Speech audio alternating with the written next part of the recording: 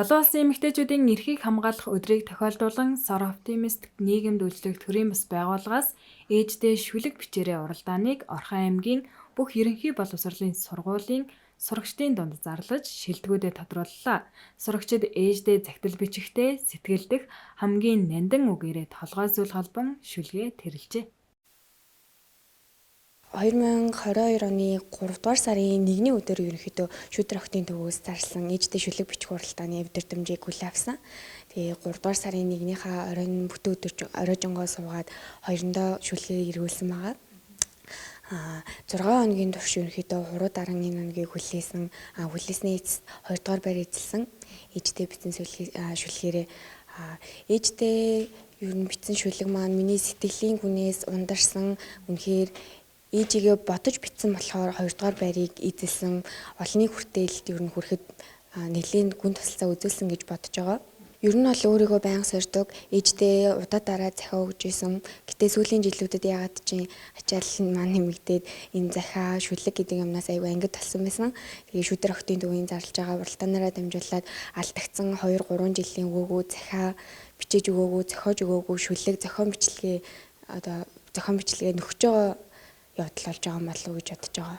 Нин тэргуунд намайг төрүүлж өсгсөн ээжтэй олон улсын эмэгтэйчүүдийн баярын мэнд хүргээд бүх сайхан эмэгтэйчүүдтэй сайхан баярлалаа гэж хүсье. Тийм эмэгтэй та хорвоо ертөнцийн хамгийн сайхан хосгүй эрдэнэ юм шүү. За юуны өмнө Орхон аймгийнхаа бүх нийт эмэгтэйчүүд охтуудаа Сор оптимист интернэшнл байгууллагын Эрдэнэт клубын хамт олноос гишүүд октынхаа шүүдэр төвийн хамт олноос олон улсын эмэгтэйчүүдийн баярыг мэд дэвшүүлж сайн бүхнийг хүсэн гэрээё. Манай Сор оптимист интернэшнл Эрдэнэт клубын дэргэд шүүдэр октын төв байгуулагдаад 5 дахь жилээ тогтмол үйл ажиллагаа явуулж байна. Жил болгон олон улсын эмэгтэйчүүдийн баяр Мартин 8-ыг угтаж октоодынхаа ерөнхий боловсролын сургуулийн бүх октоодынхаа дунд ээжтэй шүлэг бичийн уралдааны зохион байгуулдаг.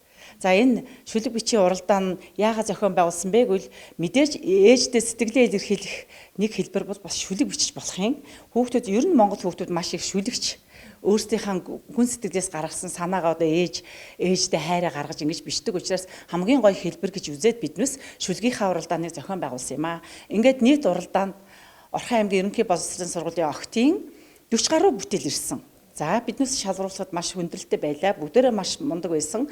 Тэгээд одоо эхний байр нь 14 дугаар сургууль 18 дугаар сургуулийн 11-ийн ангийн Эрдэнэ жаргал 1-р байр, 14 дугаар сургуулийн 12 дугаар ангийн А бүлгийн Сарангоо 2-р байр, 5 дугаар сургуулийн 11-ийн Г ангийн сурагч Ануучин нар эхний 3 байр эзэллээ. Бас тусгай байранд орсон одоо 3 хүүхэд байгаа. Тэдэндээ бас шагналыг гардуулна маш их гоё битсэн учраас бас нэмэлт байранд шалруулсан. Ингээд шүүдэр октынхаа төвд манай энэ Орхон аймгийн октод аль болохоор цагаа гаргаж ирж байгаараа маш олон арга хэмжээ болдог шүү. Олон улсын байгууллагын Эрдэнэт клубын дэргэд үйл ажиллагаа явуулдаг манайх олон улсын статустай байгууллага учраас маш их өгөөчтэй гоё активист үйл ажиллагаа явуулдаг шүү. Та бүхнийг урьж байна. За ковид гараад 2 жил болсон. Ноёдлон бол өндсөн урьдчилан зохион байгуулсан энэ жилийн шүлгээ уралдаан бол мэдээж ингээд карантинд байсан 2 жилийн хугацаанд гэр бүлтэйгээ ойрхон байсан эцэг их ээж аав хамт олноогоо ингээд гэрийн карантинд байсан сэтгэлээ маш их гүн мэдэрч ойр дотн ингэж өмнө нь мэдэрч байгаагүй мэдрэмжээ ингэж хүүхдүүд авсан учраас шүлгэндээ түүнийгээ тусгасан байна. Ер нь яруу найраг гэдэг бол сэтгэлийн одоо уран зураг байдаг гэж ярьдаг тийм. Яруу найраг бол одоо үгээр илэрхийлсэн уран зураг гэж ярьдаг. Тэр утгаараа ч гэсэн хүүхдүүд маш сайхан илэрхийлсэн байна. Маш их баяртай байна. Тус уралдаанд нийт 40 гаруй сурагчид шүлгээ ирүүлсэн байна. Үүнээс эхний 3 байрыг болон тусгай байруудтай шалгаруулж шагнаж урамшууллаа. Тус тэмцээн нь жил бүр зохион байгуулагддагч өнгөрсөн жил цар тахлын улмаас 1 жилээр хойшлогдоод байжээ.